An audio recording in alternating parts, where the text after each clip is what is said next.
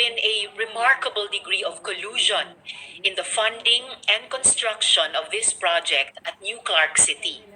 And I will present some points as to why this should merit a full-scale investigation. First, I believe this partnership has the signs of being a fake joint venture. Second, this has the signs of being financed by a possible behest loan from a government bank. And third, they may have sidestepped public bidding laws, and now the country may have been left with a gigantic white elephant in Central Luzon. Let's discuss my first point, Mr. President, that the government may have entered into a fake joint venture.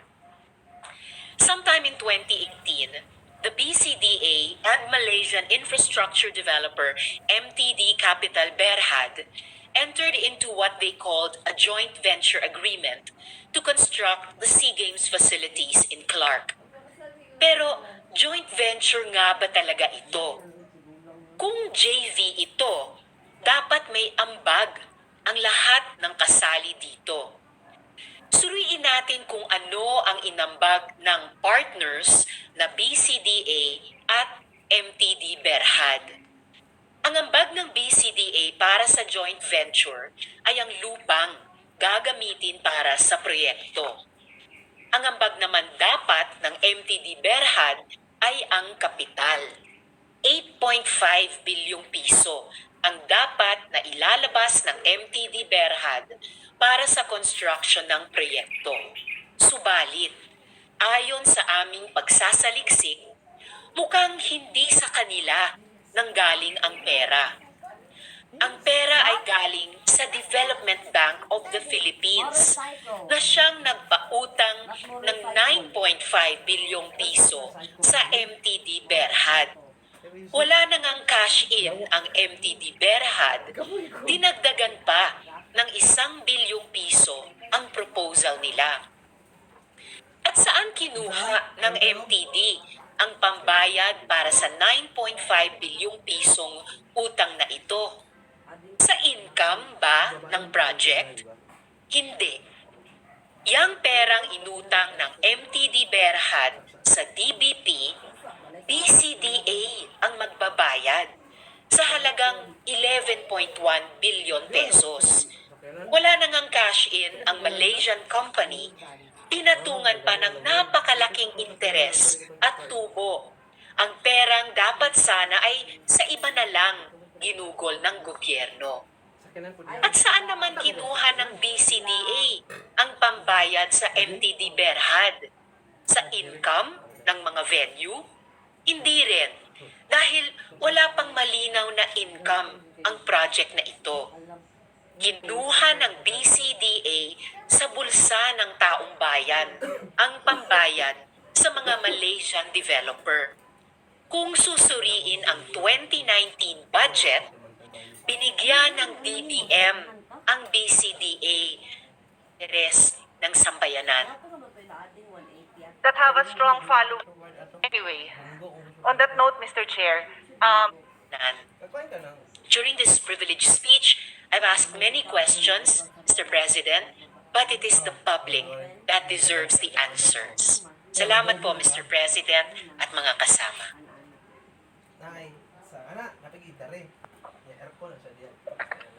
Senator Pia Cayetano is recognized. Mr. President, with the indulgence of the sponsor, may I just ask a few clarificatory questions? Certainly, Mr. President. Mr. President, I also would like to apologize because I didn't really catch the entire speech. Actually, I didn't catch most of it except for the picture of the stadium that was built for the Southeast Asian Games. I was being distracted by the chair of the Committee on Finance and the chair of the Committee on Higher Education with their stories about some people. And they put on the record that they are still laughing as I speak. Anyway, on that note, Mr. Chair, so because I cannot ask I cannot go into detail, no, because I did not know that Her Honor would be taking up this subject. But the project that Her Honor has flashed on the screen is very close to my heart. I am an athlete. I am also a national team player in my youth. And I was there during, I don't think I was there during the, what do you call that? When they, ano ba tawag dun yung corner? Groundbreaking ba yun? When they put the first, I wasn't there then. But I was there when there were only beams. And I continually checked on it in the days to come. Mr. President, this is a world-class stadium built in record time with the advice no less than, if I'm not mistaken and I can check for the record, World Bank and or ADB on how to finance and how to do this project.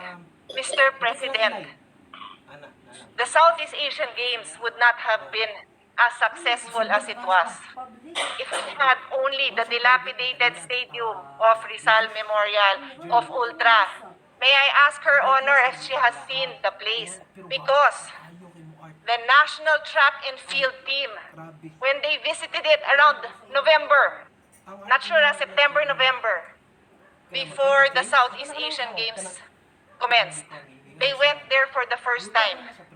Does Her Honor know that they cried when they saw the stadium? They cried when they had the opportunity to run on the turf. Bakit? Kasi doon sila nagpa-practice sa napakabulok na stadium. Ganon ang kalagayan. That's how we treat our athletes. Ilan lang ang Manny Pacquiao ng Pilipinas who has had the opportunity to raise himself and have sponsors. But not all sports are like boxing and basketball that have athletes. I am embarrassed that we cannot even honor that. I am embarrassed that we choose to make a political issue out of a world-class facility. Kaya tuloy, wala nang mag-aabalang magpatayo ng matitino at kahanga-hangang mga infrastructure dito sa Pilipinas. Dahil magpatayo ka lang ng maganda, sasabihin na sa'yo na may kalukuhan ka. So paano? Puro bulok na lang tayo para walang pumansin. Ganon. Paano magiging white elephant? Madam Sponsor, do you even know what are the conditions of our sports facilities? Para sabihin mong yung world class na yon magiging white elephant? Hindi nyo ba alam na pinasa natin ang National Academy of Sports? And doon mag-aaral, doon magte-training ang mga bata natin, mga future Manny Pacquiao. Paano naging white elephant? Sana naman mag-ingat naman kayo sa mga paratang nyo. Dahil yan na naman ang i-headlines. Di man lang natin binigyan ng konting parangal, konting respeto ang mga national athletes. Na alam nyo ba, kung hindi dahil sa bayanihan to, hindi pa magkakaroon ng allowance. Hindi thanks to PSC yan, ha? Thanks to Speaker Alan Cayetano, Congressman Bambol Tolentino, and Senator Sani Angara. So hinahalo ko yung mga mukha ng mga athletes na to doon sa tinatawag niyang white elephant. Kasi that is the only reason why you put up such a structure for people. In this case, for young athletes. So I cannot separate their faces and their names from the structure that you now want people to cast doubt upon. Again, I do not have the details. Wala akong hawak na papel, but I have to stand up for BCDA, for the architects, for the engineers, for every single construction worker that worked overtime. Madam Sponsor, alam nyo ba 24/7 nagtrabaho yon para makadeliver tayo sa Southeast Asian Games? Di ba mas kahihiyan yun na nag-umpisa South Asian Games tapos hindi natapos yun? Nanood ho ba kayo? Nandun ako, nanood ako. Nanalo tayo ng mga kung ano-anong event. Yung pole vaulter natin, he claimed the gold. Si EJ Obiena, he's going to compete, he was supposed to compete in the Olympics. Pero hindi natuloy yung Olympics. At least, nagka-Southeast Asian gold medal siya, di ba? At least nanalo siya in his own country. Napanood siya ng tatay niya, na coach niya. Ganon ang kalagayan ng mga athletes. Madam Sponsor. Yung nanalo ng marathon, taga-Cagayan din. Yes. Good gentlewoman. Thank you, Mr. President. Indeed, if the good colleague had caught more or most of my privileged speech, it probably would not have caused the good gentle lady as much distress. Maganda naman talaga yung mga facilities. Nobody's arguing against that. And sinuportahan ko rin yung itinayo natin by law na paaralan para sa ating mga atleta. World class nga naman yung mga facilities kahit tignan lang natin sa mga litrato. Question. Kasi ayaw natin na ang ganitong world class or to make those who need more in life, to give them a better life. And that is exactly what that project was all about. Ba't kakainin ba natin yon? Hindi. So, syempre, ba't tinayo yun? Kasi nga may purpose.